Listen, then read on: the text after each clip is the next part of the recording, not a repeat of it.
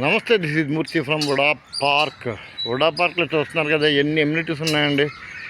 కేవలం విశాఖపట్నం అనగానే అక్కడ ఆర్కే బీచ్ను కైలాసగిరి సింహాచలమే కదండి. దానికి మించి అంత ఒకదానికి మించినట్టు ఉంటుంది అనుకోండి కార్యక్రమాలన్నీ మీరు చూసే ఈవెంట్స్ అన్నీ.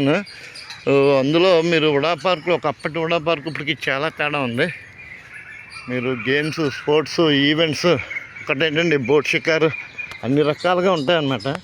మీరు ఒకసారి అలా వస్తున్నప్పుడు మాత్రం మర్చిపోకుండా ఇలా వచ్చే ప్రయత్నం చేయండి.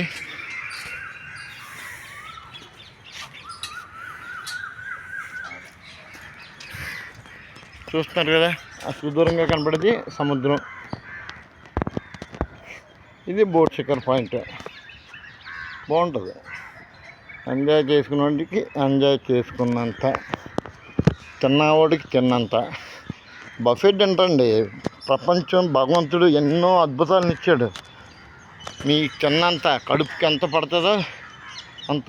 చూడండి, ఇక్కడ చేపలు, రకరకాల రంగురంగుల చేపలండి. ఇప్పుడు మన ఎక్వేరియంలో ఉంటుంది చూసారా, అంతకు మించిన రకరకాల చేపలు. ఒకప్పుడు ఇవి అక్వేరియం ఫిష్లు పెట్టేవారు, కానీ ఇప్పుడు మామూలు శీలావతులు కొరమైన లేవులేండి, అవి వేసినట్టున్నారు. చిన్న చిన్న పిల్లలు కూడా పుట్టాయి. బాగుంది.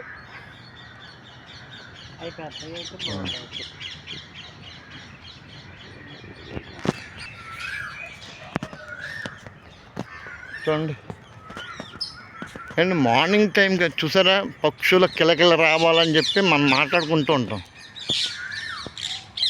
ఆలకిస్తున్నారు. ఒక పక్కన కోయిల, ఒక పక్క నుంచి కాకులు, ఒక పక్క నుంచి పిచ్చుకలు. మనకి తారసపడని ఎన్నెన్నో పక్షి జాతులు అన్నీ ఇక్కడ దర్శనమిస్తూ ఉంటాయి, వినిపిస్తూ ఉంటాయి.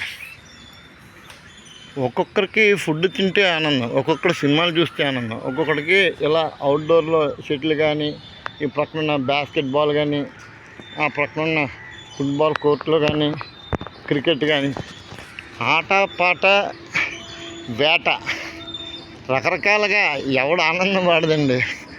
అంతేగాని ఇళ్ళలో తొంగుంటే వస్తుందండి, ఒంట్లో ఫ్యాట్ తప్ప. ఇదో ఆకాశహార్మం వెళ్ళిపోతుంది.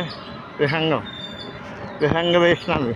విమానంలోంచి వైజాగ్ చూస్తే చాలా అద్భుతంగా ఉంటుంది. అంటే మీలాంటి వాళ్ళు ఎక్కారు, కానీ ఇంకా నేను ఎక్కలేదు, అవసరం రాలేదులేండి, వచ్చినప్పుడు ఎక్కుదాం.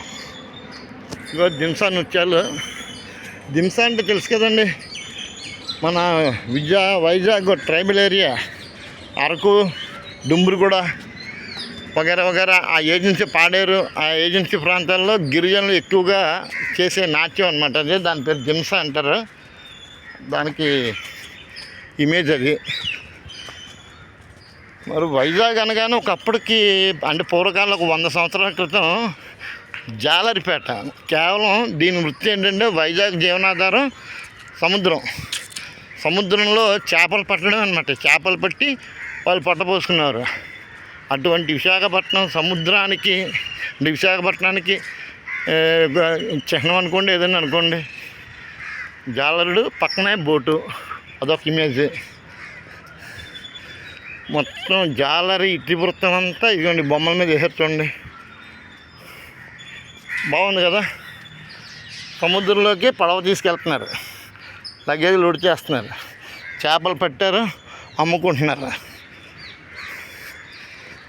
మనం చూసుకుంటూ వెళ్ళిపోతే మామూలుగా ఉంటుంది. దాంట్లో క్షుణ్ణంగా క్లీన్ అబ్జర్వేషన్ చేస్తే ప్రతిదీ ఒక అద్భుతమే. అదిగోండి ముందు స్కేటింగ్ చేస్తున్నారు పిల్లలు. వెళ్దాం. ఇక్కడ ఒక ట్రూప్ని చూపిస్తాను చూడండి.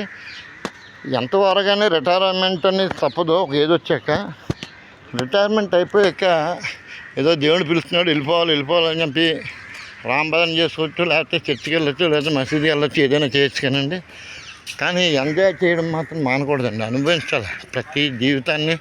చెప్తున్నాను కదండి, మళ్ళీ ఎన్నో కోట్ల జనం తర్వాత వచ్చింది మానవజాన్ని ప్రతి వీడియోలో చెప్పేదే. అయినప్పటికీ నేను రిటైర్ అయిపోయానని చెప్పి ఇంట్లో టీవీ రిమోట్ మీద చేతి పెట్టుకుంటూ అలా ముందు కూర్చున్నాం అనుకోండి, ఒంట్లో రోగాలు. 80 బతకాల్సింది 60-62కో హరహర మహాదేవ. చూడండి తల్లి ప్రేమని ఇలాగా జస్ట్ ఇమేజ్లో చాలా బాగా చేశాడు కదా గ్రైండర్ తోటి. ఒకసారి స్కేటింగ్ చూడండి. స్కేటింగ్కి ట్రైనింగ్ ఇస్తారు. అంటే ఇక్కడ ఒక విషయం ఉంది, అదంతా డబ్బున్న వాళ్ళు గేము అది ఇది అని మాత్రం అనుకోకండి.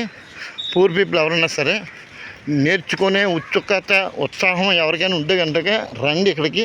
తప్పనిసరిగా ఈ సమ్మర్ కాబట్టి వీళ్ళు ఫ్రీ కోచింగ్ ఇస్తారు. కాకపోతే డిసిప్లిన్డ్గా వాళ్ళు అనుకున్న టైంకి రావాలి. ఎర్లీ మార్నింగ్ ఇక్కడ 5:30 కల్లా టీపర్సన్ అటెండ్ కావాలి.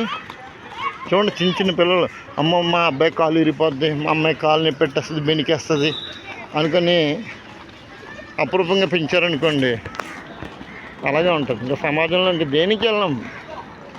You take the risk and got the profit అన్నారు కదా. రిస్క్ తీసుకుంటే అన్నీ ఉంటాయండి. దేనికైనా రిస్క్ తీసుకోవాలి. ఇప్పుడు ఫ్లైట్ ఉంది, వెళ్తుంది చూసారు కదా, అమ్మ గాల్లో ఫ్లైట్ వెళ్తుంది, పైనుంచి కింద పడిపోతే ఫ్లైట్ పేలిపోతే మనం రోడ్డు మీద నడిచెళ్తున్నాను, ప్రమాదాలు జరగని గ్యారంటీ ఉందనుకోండి, మనం పక్కగా నడుచుకుంటూ వెళ్తూ ఉంటాం, ఎడం పక్కనే వెళ్తూ ఉంటాం. కానీ అటేపాటు రాంగ్ వచ్చినా, మనం పొరపాటున రాంగ్గా వెళ్ళినా ప్రమాదం ఎలా జరగవలసింది అలా జరుగుద్ది. కాబట్టి అనుక్షణం భయపడుతూ కన్నా డేర్గా వెళ్ళిపోతే అంత హ్యాపీ. బాగుంది కదా చూడండి ఏరియా. వేసవకాలం అయితే ఏంటి, శీతాకాలం అయితే ఏంటి, వర్షాకాలం అయితే ఏంటండి, ఇటువంటి పార్కులకు వస్తే ఎంత చల్లగా ఉంటుందో. అంటే ఇంత ఎండలో ఎందుకు లేరా అంటారు. ఎండ ఏంటండి, కొండ ఏంటండి, బాడీని అన్ని రకాలుగా అలవాటు చేయాల్సిందే. అన్ని సమయాలకి అన్నిటికీ తట్టుకునేలాగా ఉంటేనే కాస్త హాస్పిటల్ ముఖం చూపించకుండా మనం ధైర్యంగా ఉండగలుగుతాం. అదండి, ఇలా చెప్పుకుంటూ పోతే ఇంకా చాలా ఉంటాయి. వీడియోని మీకు చూసేందుకు, నాకు తీసేందుకు ఓపిక ఉంది, మీకే చూసేందుకు ఓపిక లేదు, నాకు అర్థమైంది. కాబట్టి ఈ వీడియోని ఎంతటితో విరమిస్తున్నాను. పూర్తి వివరాలతో మరొక వీడియోలో కలుద్దాం. చూస్తున్నారు కదా, ఇక సెలవు. హర హర మహాదేవ శంభో శంకర. ఓం నమ శివాయ, నమో నారాయణ నమః.